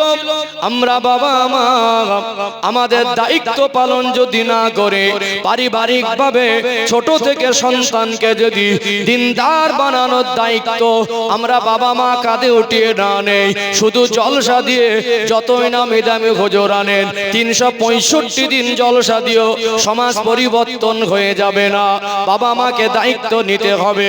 আর এই দায়িত্ব যদি পালন না করে, তার অর্থ এটাই দাঁড়ায়, আল্লাহ আপনাকে যে দায়িত্ব দিয়েছেন, আপনি আপনার সন্তানের হক ফাঁকি দিয়ে তাকে আপনি ঠকাচ্ছেন। আপনি যদি ছোটবেলায় আপনার সন্তানকে ঠকিয়ে থাকেন, আপনি যখন বুড়ো হয়ে যাবেন, আপনার স্ত্রী যখন বুড়ি হয়ে যাবে, ওই সন্তান তখন আপনাকে ঠকাবে। আপনি ছোটবেলায় তাকে ঠকালে, বুড়ো বয়সে সে আপনাকে ঠকাবে। দিনের শিক্ষা থেকে তাকে বঞ্চিত করলে আপনাকে বুড়ো বয়সে ঠকতে হবে। আপনার মান সম্মান নষ্ট হবে। হবে কি হবে না? একটা ছেলে যদি চোর হয়, ওই ছেলেটা শুধু চোর নয়, ওটার আব্বাটা হবে চোরের বাবা। ছেলেটা যদি মদখোর হয়, ওই ছেলেটা শুধু মদখোর নয়, ওর বাবাটা হবে মদখোরের বাবা। ওই ছেলেটা যদি অপকর্ম করতে গিয়ে ধরা পড়ে, মেয়েটা যদি একটা সন্তান রেখে কারোর সঙ্গে পালিয়ে যায়, ওই মেয়েটা শুধু চলে গেল এমন নয়, ছেলেটা শুধু জেনা করেছে এমন নয়, তার সাথে সাথে বাবা মা তাদের মান সম্মান নষ্ট হয় কি হয় না? সন্তানের হক নষ্ট করলে বার্ধক্য জীবনে সে আপনাকে বোঝা মনে করবে। সন্তানের হক নষ্ট করলে ওই সন্তানের অপকর্মের দ্বারা আপনাকে সমাজের কাছে লাঞ্ছিত হতে হবে। সন্তানের হক নষ্ট করলে মরণের সময় আপনাকে শান্তিতে মরতে করতেও দেবে না। কথাটা হয়তো একটু বেঁকা লেগেছে, একটু সোজা করে দেওয়া দরকার আছে না নেই? সন্তানের যদি আপনি দিনের শিক্ষা থেকে বঞ্চিত করেন, মরণের সময় ওই সন্তানগুলো বাবা মাকে শান্তিতে মরতে দেয় না। কেন বলেছি একটু ব্যাখ্যা দিলে পরিষ্কার হয়ে যাবে। মরণ একদিন সকলের হবে কি হবে না? কুল্লু নাফসিন যায়িকাতুল মাউত, প্রত্যেকটা নফসকে মৃত্যুর স্বাদ গ্রহণ করতে হবে। কখন কার মরণ হবে আমাদের কারো জানা নাই। ফাইজা জা আজালুহুম লা ইস্তাখিরুনা সাআতাও ওয়া লা ইস্তাকদিমুন। আল্লাহ বলেন বান্দা বান্দি ইন্তেকালের সময় হয়ে গেলে সামান্য যাররা টাইম আগে পিছে করা হবে না। মরণ যখন হবে, মরণের একটা কষ্ট আছে না নেই? সাকরাতুল মউতের কষ্ট। এই সাত রাজা বাদশা নেতা মন্ত্রী হুজুর হাজি গাজী যেই হন না কেন, প্রত্যেকের গ্রহণ করতে হবে। আল্লাহর প্রিয় হাবিব আল্লাহ দয়াময়, জানাকে না বানালে কুল কায়নাত বানাতেন না। সেই নবী আমার ইন্তেকালের মুহূর্তে আল্লাহর হাবিব বারবার সিনার উপরে হাত ঘষছিলেন। আল্লাহর হাবিবকে আল্লাহ পাক তাম সৃষ্টি জগতের জন্য রহমত করেছেন। আল্লাহ তানাকে এত বেশি ভালোবাসেন, আল্লাহর সৃষ্টির মধ্যে অত বেশি আর কাউকে ভালোবাসেন না। সেই নবী আমার ইন্তেকালের আগে অসুস্থ হয়ে গেলেন। টানা 14 দিন অসুস্থ। শেষ 3টি দিন নবী আমার এত বেশি অসুস্থ ছিলেন, 17 ওয়াক্তের নামাজে ইমামতি করতে যেতে পারেন নাই। শেষ 3টি দিন এত বেশি অসুস্থ, বিছানা শয্যা, হাঁটবার মতো আর ক্ষমতা নাই, চলবার মতো আর ক্ষমতা নাই। গোটা মদিনার অলি গলিতে সাহাবায়ে কেরামদের মধ্যে শোকের ছায়া নেমে আসলো। আজান হয়ে যেত মদিনার মসজিদে নববী শরীফে। হযরত বেলাল রাদিয়াল্লাহু আনহু আজান দিতেন। আল্লাহ নবী আজ থেকে 1400 বছর আগে কি মধুর পরিবেশ তৈরি করে গেলেন। আজান হয়ে গেলে গোটা মসজিদে নববী শরীফের চতুর্দিক থেকে মুসল্লিদের ঢল নেমে যায় কি যায় না? জীবনে কত জায়গায় বেড়াতে গেলেন, আল্লাহর কাছে নামাজ পড়ে চাইবেন, আল্লাহর কাছে দোয়া করবেন। আল্লাহ পাক যে নবীর শানে সারা জীবন দরুদ পড়ে, যে নবীর উম্মত হয়েছি, একবার যেন রাসূলুল্লাহর দরবারে মরণের আগে যেতে পারি। কি দরবার! এমন এক শ্রেষ্ঠ দরবার, পৃথিবীতে এত দামি দরবার রাসূলুল্লাহর দরবারের থেকে আর কোন দামি দরবার পৃথিবীর মানুষের জন্য হতে পারে না। আল্লাহ নবীর মসজিদ নববী শরীফে আজান হয়ে যেত, সাহাবারা ছুটে ছুটে আসতেন, প্রতিযোগিতা হতো আল্লাহ নবীর কাছাকাছি দাঁড়াবো, আল্লাহ নবীর সোজাসুজি দাঁড়াবো। আমার রাসূলুল্লাহ হবেন ইমাম, আমার নবীর পিছনে ইক্তেদা করে নামাজ পড়বো। সোনার দোকান খুলে রেখে, কাজ কারবার ফেলে রেখে সাহাবাদের ভিতরে প্রতিযোগিতা শুরু হয়ে যেত। নবী আমার আজান হয়ে গেলে জামাতে রক্তে ইমামতির জায়গায় গিয়ে দাঁড়াতেন। সাহাবার আল্লাহ নবী পিছনে ইক্তেদা করতেন। আমার রাসূলুল্লাহ নামাজ পড়তেন। আল্লাহ দয়াময় আমার নবীর কণ্ঠস্বর এত মধুর করেছিলেন, আমার নবীর জবানে আল্লাহ তো মধু দিয়েছিলেন। আমার রাসূল নামাজের মধ্যে কোরআন তেলাওয়াত করতেন। সাহাবারা সব কিছু ভুলে আল্লাহ রাসূলের পিছনে দাঁড়িয়ে মুসল্লি হয়ে আল্লাহর নবীর মুখের কোরআন তেলাওয়াতে ডুবে থাকতেন, মগ্ন হয়ে যেতেন। নামাজের কেরাতের 3 রকম পদ্ধতি: সুন্নাত, তেওয়ালে মুফাসসাল, কিসারে মুফাসসাল, আওসাতে মুফাসসাল। ফজরে আর জোহরে তেওয়ালে তেলাওয়াতে মুফাসসাল লম্বা কেরাত আসরে আর ইশা জোহরে আর ফজরে তেলাওয়াতে মুফাসসাল আসরে আর ইশায় কিসারে মুফাসসাল মাগরিবে হলো কিসাওসাতে মাগরিবে হলো কিসারে মুফাসসাল ছোট ছোট কেরাত আসরে ইশায় হলো আওসাতে মুফাসসাল মাঝামাঝি কেরাত আল্লাহ নবী কোন দিন ছোট ছোট আয়াত বিশিষ্ট সূরাগুলো তেলাওয়াত করতেন ফজরের নামাজে 2 রাকাতে প্রথম রাকাতে 30 আয়াত দ্বিতীয় রাকাতে 20 আয়াত 50টা আয়াত পড়ে দিতেন সাহাবারা বিরক্তি বোধ করতেন না আল্লাহ নবী সালাম ফেরাতেন সাহাবারা জানতেন আমরা কত বড় সৌভাগ্যবান আল্লাহর প্রিয় হাবিব তিনি হলেন ইমাম আর আমরা হলাম মুসল্লি আমাদের নামাজ আল্লাহ পাকের দরবারে কবুল হয়ে গেছে আরো জোরে বলুন নবী আমার অসুস্থ শেষ 3টে দিন একেবারে ইন্তেকালে অন্তিম সময় শত রক্তের নামাজে ইমামতি করতে যেতে পারেন নাই আল্লাহর নবী যখন নামাজে যাচ্ছেন না আল্লাহর হাবিবের ইমামতির জায়গায় আমার নবীকে দেখতে না পেরে সাহাবায়ে কেরামেরা কান্নায় ভেঙে পড়তেন আল্লাহ নবীর শরীরটা দুর্বল ইন্তেকালের অন্তিম মুহূর্ত রবিউল আউয়াল মাস সোমবারের দিন ছিল ফজরের ওয়াক্তে নবী আমার আম্মা জানকে বলছেন আল্লাহ নবী 3টে দিন হয়ে গেল নববী শরীফে যেতে পারেন নাই আল্লাহর প্রিয় হাবিবের চোখের কোণা থেকে পানির তুষা গড়িয়ে যায় আল্লাহ হাবিব বলেন ও হযরতে আয়েশা বলেন না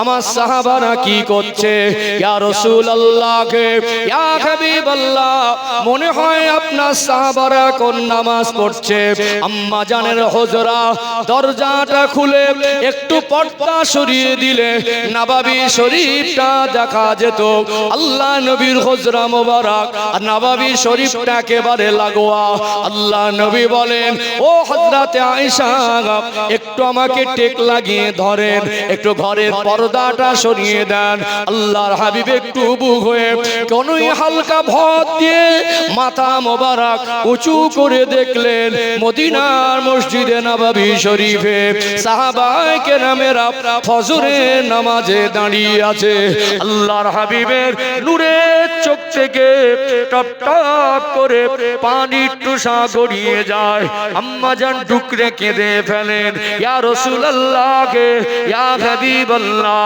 হুজুর আপনি কাঁদবেন না আপনি অসুস্থ আপনি অমনি করে কেন কাঁদছেন আল্লাহ নবী বলেন ও হযরতে আয়েশা এই কান্না এটা দুঃখের কান্না নয় এটা হলো আমার আনন্দের কান্না ও হযরতে আয়েশা এই কান্নাটা আমার আনন্দের কান্না 23টা বছর ধরে কাফেরদের কত জুলুম অত্যাচারের শিকার হয়েছি আমাকে রক্তাক্ত করেছে দান্দান মোবারক শহীদ করে দিয়েছে পাথর ছুঁড়ে ছুঁড়ে মেরেছে মরা উটের পচা ভুঁড়ি আমার মাথার উপরে চাপিয়ে দিয়েছে আমার সাহাবায়ে কেরামদের শহীদ করে দিয়েছে ও হযরতে আয়েশা আজ আমি নবীর নাই নববী শরীফে আমার বর্তমানে আমার সাহাবারা আল্লাহর সামনে নামাজে দাঁড়িয়ে আমার এতটা আনন্দ লাগছে এতটা ভালো লাগছে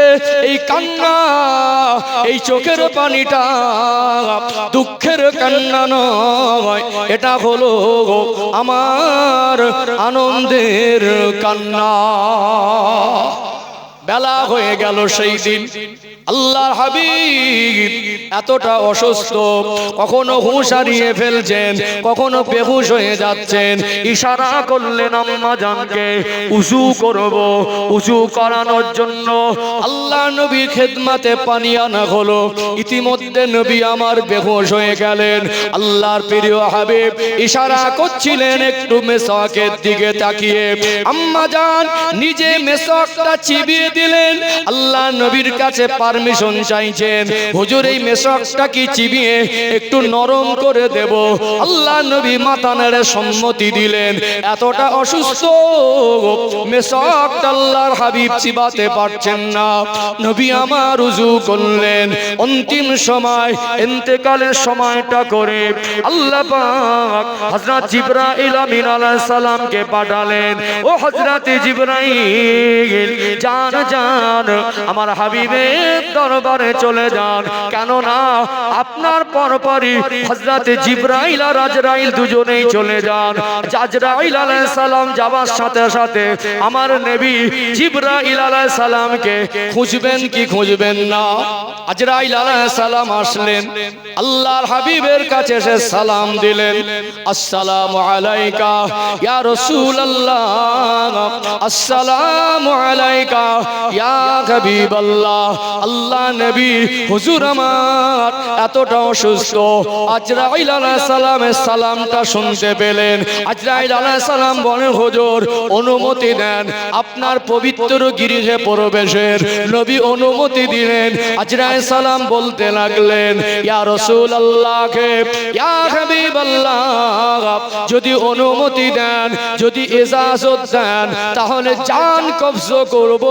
অনুমতি যদি না দেন, বেয়াদবি করব না, মোলাকাত করে ফিরে যাব।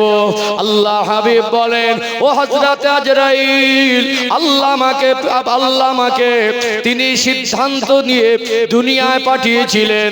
আল্লাহ আমার জন্য আপনাকে প্রেরণ করেছেন। আল্লাহর সিদ্ধান্তকে আমি নবী ফিরিয়ে দিতে পারবো না। তবে জিবরাইল আলাইহিস সালাম কোথায়?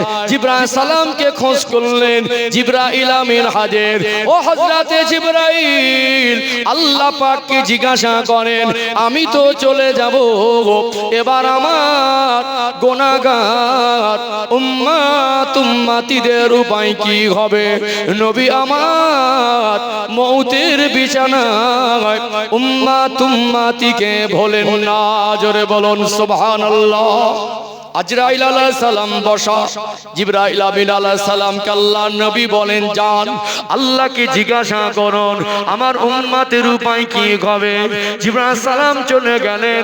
আল্লাহ পাককে জিজ্ঞাসা করেন, আল্লাহ আপনার প্রিয় হাবিব উম্মতিদের জন্য বড় চিন্তিত।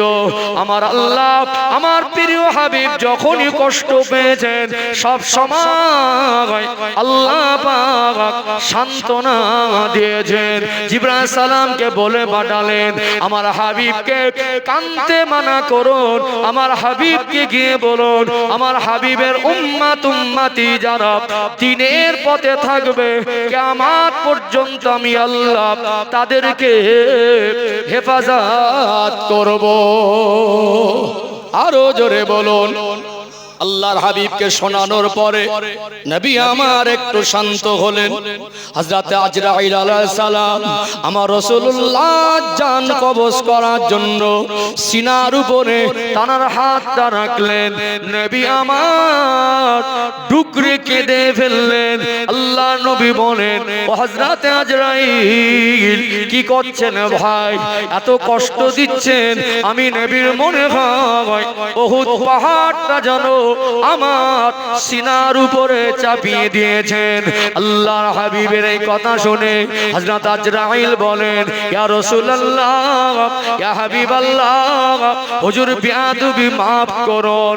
আপনার যেভাবে এত সম্মান আর তাজিমে এত আরামের সঙ্গে জান কবজ করা হচ্ছে, ইতিপূর্বে কারো জান এত আসানের সঙ্গে কবজ করা হয় নাই।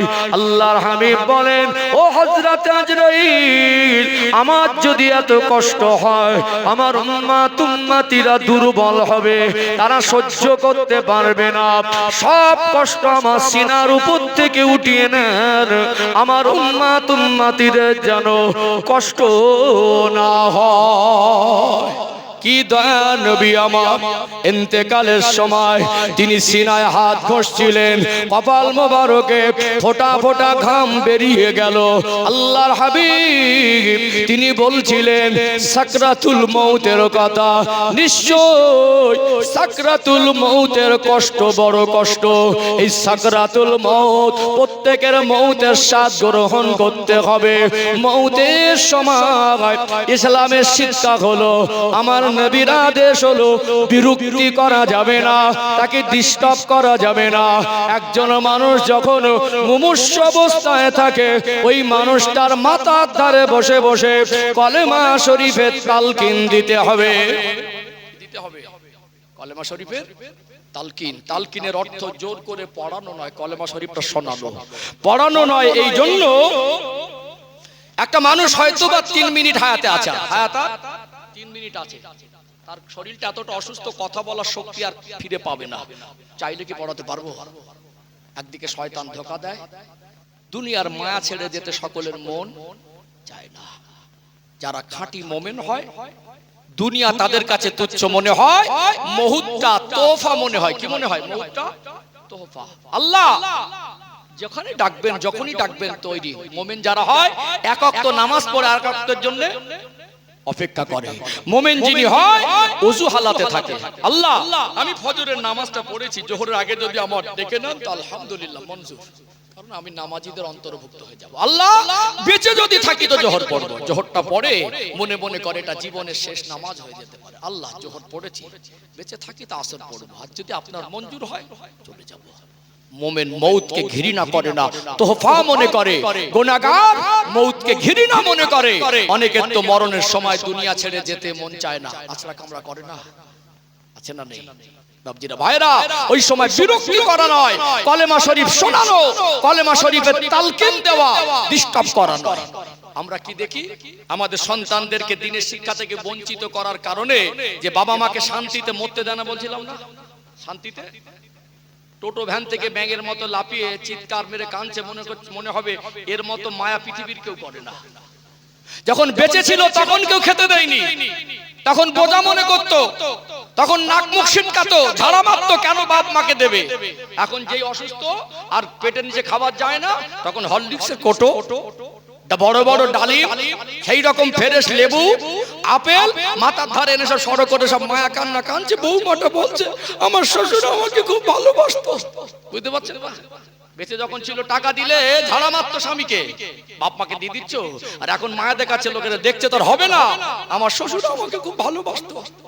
খাবার খাওয়াবে, ঠাসবে, খাবে। যখন খাবার মতো ক্ষমতা ছিল তখন খাওয়াও, সেবার যখন দরকার ছিল তখন সেবা করো।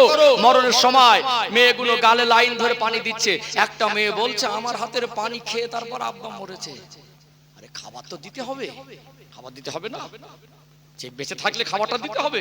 তার মানে এই না যে মরে গিয়ে আমরা মনে মনে করে এরকম একটা পরিবেশ তৈরি হয়, মরে তো যাচ্ছে অন্তত শেষ বেলা 1 চামচ পানি দেই, মরে গেছে তাও গালে পানি দিচ্ছে। ঠিক বলছি না ভুল বলছি? অলরেডি চলে গেছে যান, তারপরেও গালে পানি ঠাসছে। খেদমত যদি করতে হয়, খাবার যদি দিতে হয়, যখন খেতে পারে তখন দেন, সেবা করেন, দোয়া নেন।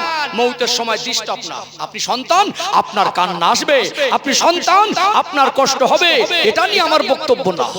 কষ্ট যদি হয় নামাজের মুসল্লায় বসে আল্লাহর কাছে কাঁদেন না, আল্লাহ আমার আব্বা, আল্লাহ আমার মা, যদি হায়াত থাকে তো আপনি সুস্থ করে দেন, কষ্ট দেন না। আর যদি হায়াত ফুরিয়ে যায় ধরে রাখতে পারবো না, ঈমানের সঙ্গে মৌতটা দেন।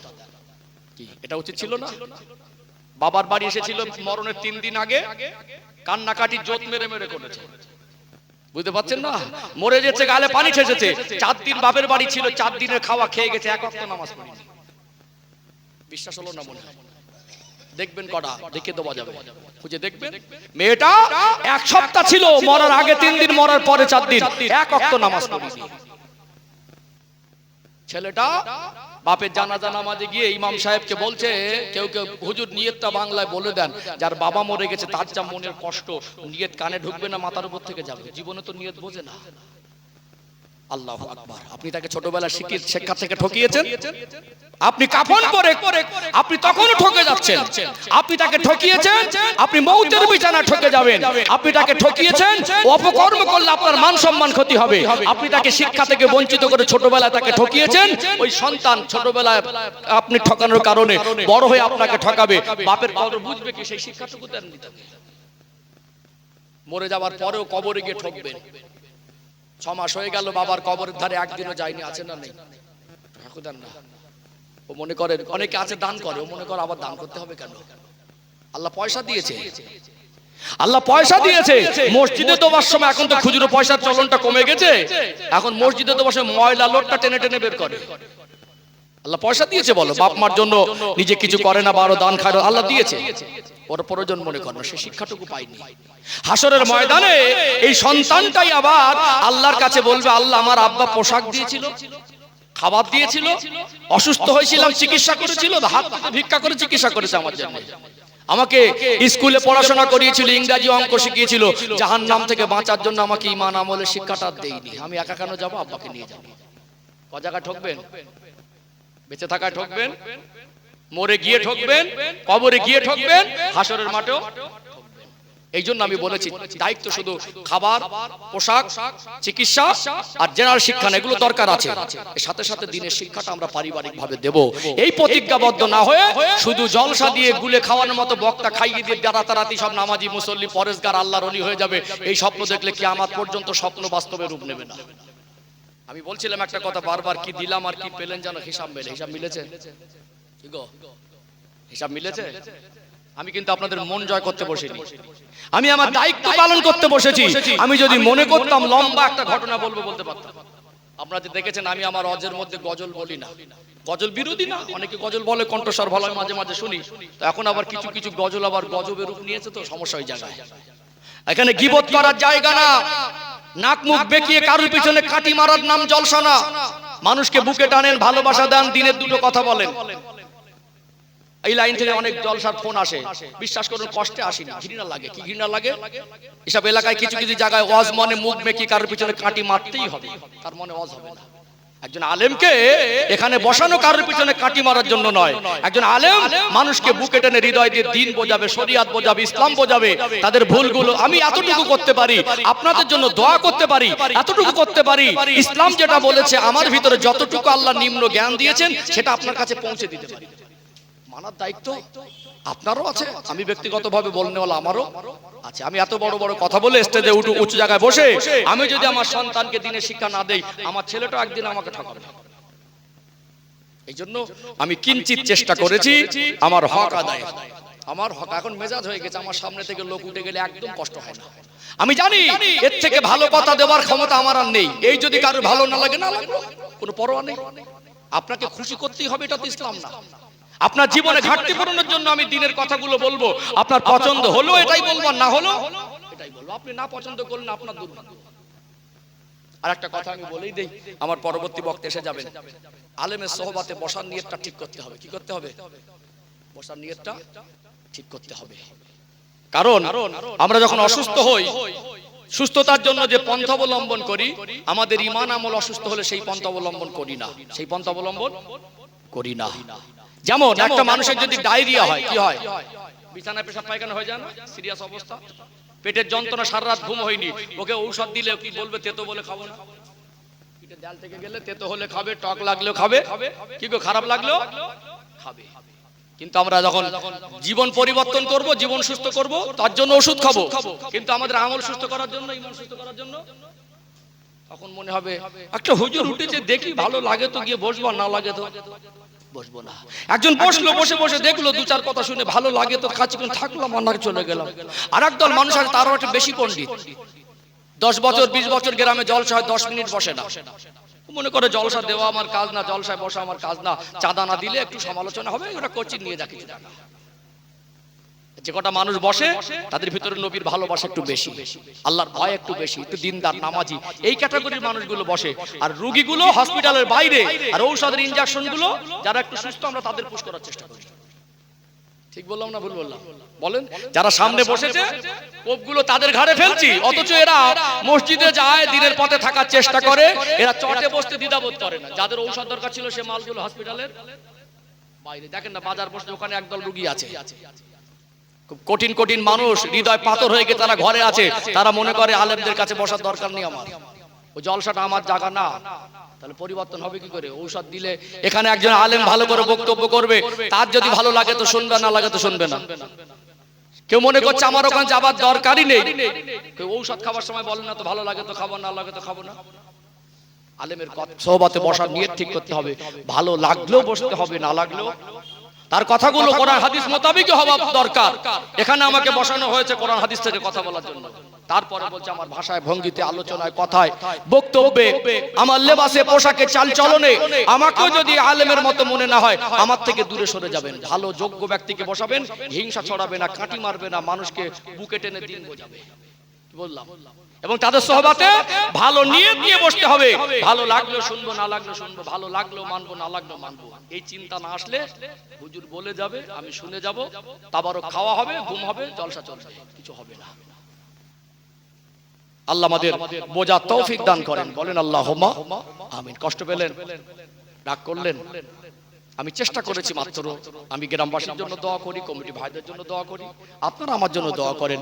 বাকি জীবন আল্লাহ যে কটা দিন আমাদেরকে হায়াতে রেখেছেন, আমরা আল্লাহর সন্তুষ্টির অর্জনের পথ ধরে ইসলামের আলো জীবনকে আলোকিত করে, আমাদের প্রিয় নবীর সুন্নাতের আলোকে জীবনে আলোকিত করে, বাকি জীবনটা আল্লাহ আমাদের মুমিনে হালাতে, মুমিনদের অন্তর্ভুক্ত করে অতিবাহিত করার তৌফিক দান করেন, বলেন আল্লাহুম্মা আমিন। আমি বলবো পরবর্তী এসে যাবে।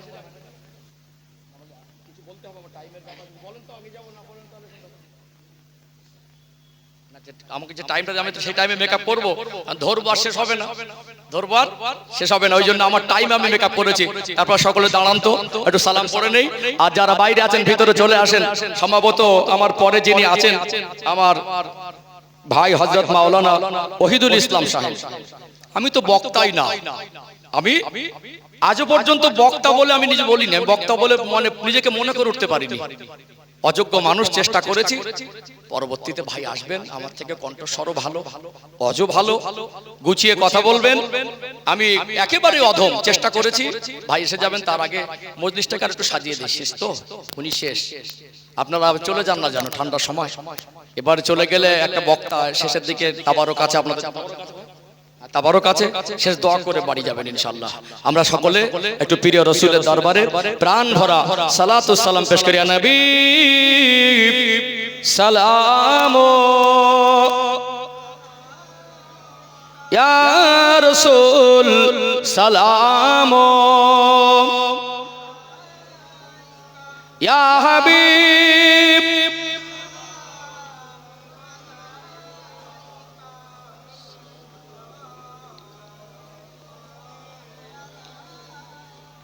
जब नबी पैदा हुए थे सब मलाक दर पर खड़े थे, रब सल्लिम पर रखे थे, बादा बोयो कह रखे थे। या नबी सलाम, या रसूल सलाम, या हबीब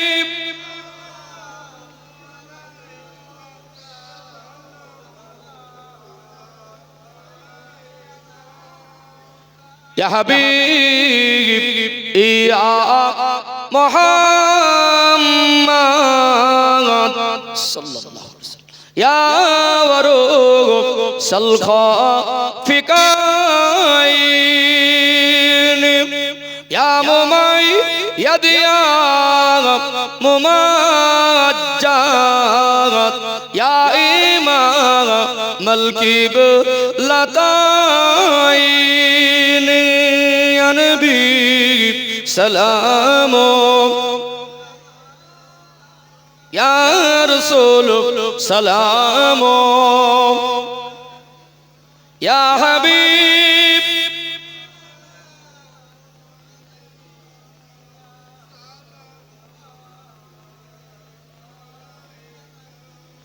জিবরাইল দিলেন যে আওয়াজ, খুলে দাও আসমানের দুয়ার। এসেছেন নবীদের সরদার, করিতে আল্লাহর ও দিদার। ইয়া নবী সালাম, ইয়া রাসূল সালাম, ইয়া হাবিব